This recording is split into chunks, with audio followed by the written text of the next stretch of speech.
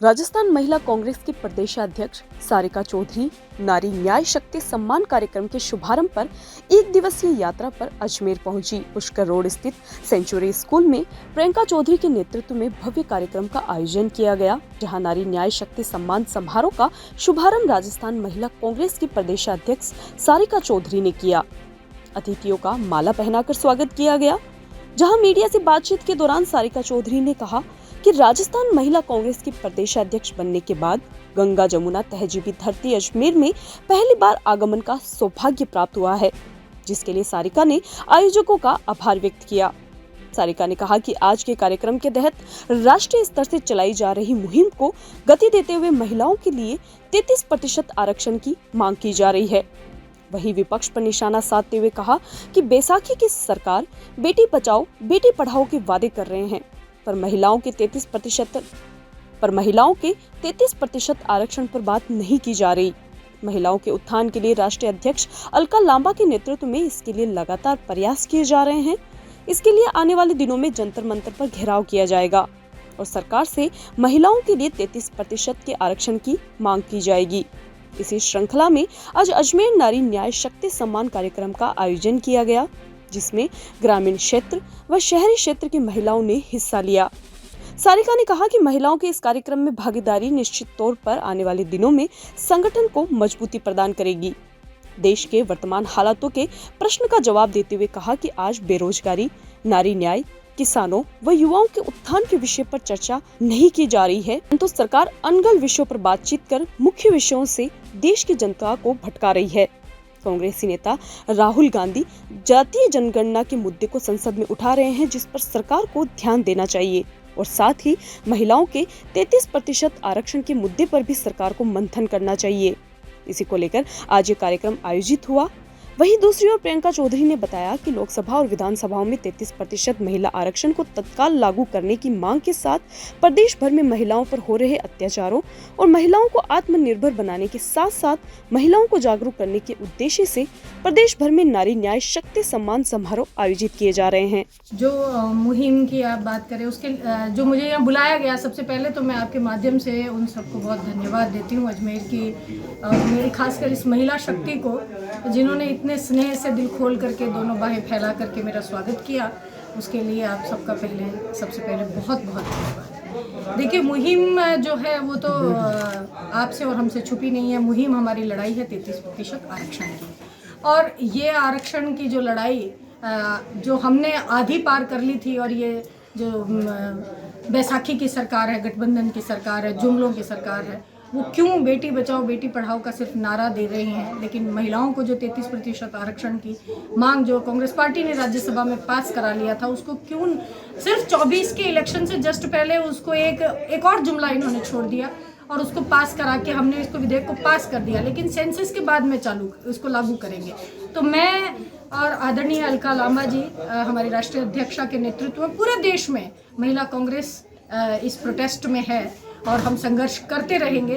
10 तारीख को जंतर मंतर पर हजारों की संख्याओं में महिला कांग्रेस के मेरी बहनों ने, हम सब ने मिलकर के जंतर मंतर घेराव किया और पूरी आवाज़, इतनी ज़ोर से आवाज़ हमने दी है कि ये जो बड़ी बड़ी इमारतों के अंदर बैठी ये बहरी सरकार है, उसको हम महिलाओं की आवाज़ सुन सके और हमें जो 33% आरक्षण हमारी मांग है, हमारा अधिकार है, उसको ये दे सके।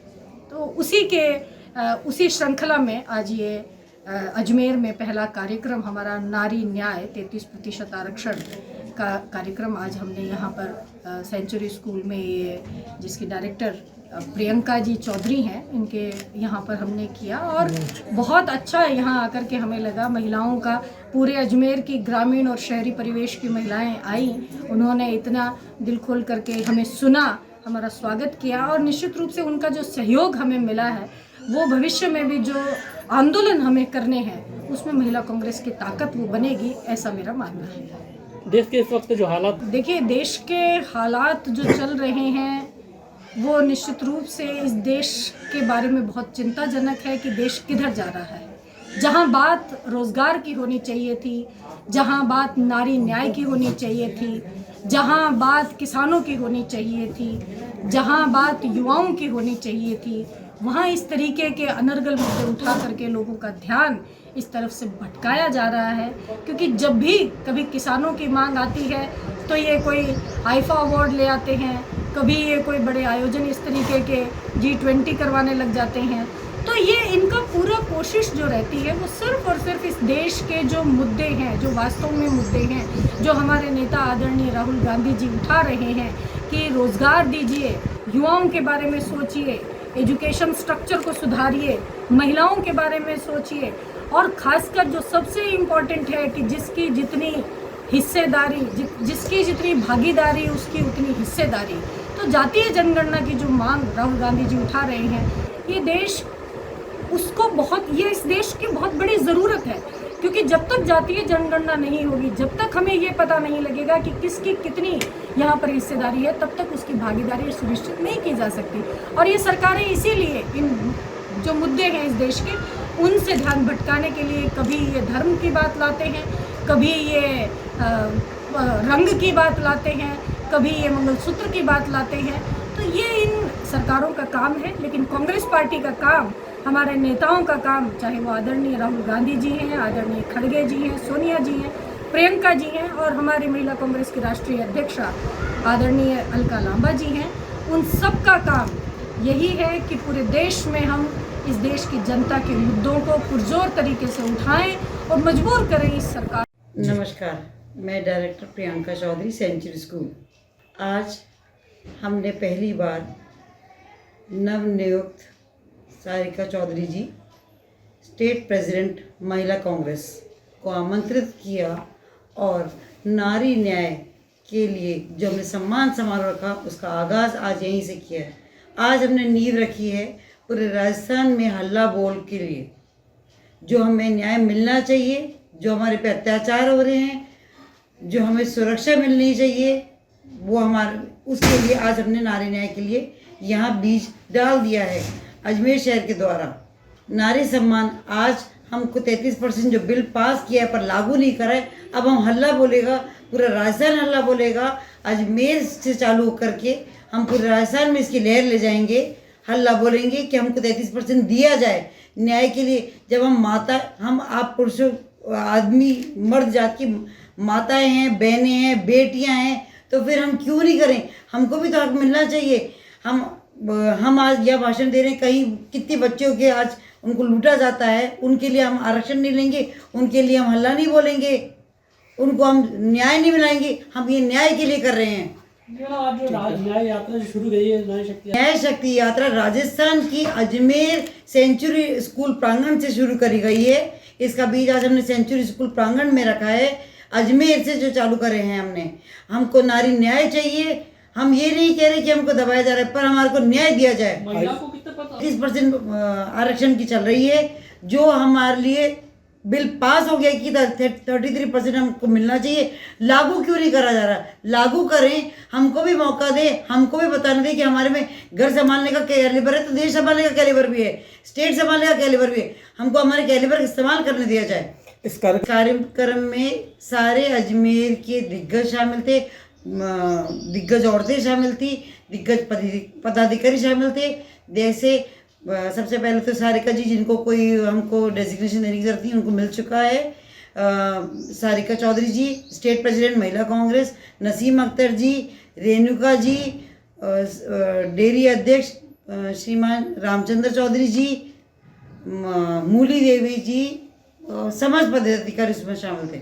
अजमेर के अलावा किशनगढ़ हैं इसमें, अजमेर हमारे जितने पास के एरिया उससे आए हैं, पुष्कर से आए हैं, किशनगढ़ से आए हैं, सराधना से आए हैं, केकड़ी से आए हैं।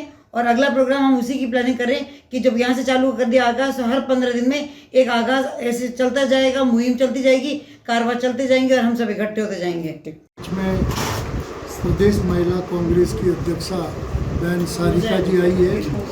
नई जागृति लगी महिलाओं में, पूरे ज़िले में नई जागृति पैदा होगी।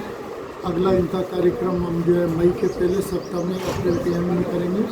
तो पूरे ज़िले के हर गांव ढंढ के महिलाओं को लाएंगे, सबकी भागीदारी होगी। और इन्होंने अलग जगह ही है, हम भगवान से प्रार्थना करते हैं कि इनके अलग सफल हो, इनके उद्देश्य, कामना, ऑब्जेक्ट जो है सफल हो। धन्यवाद।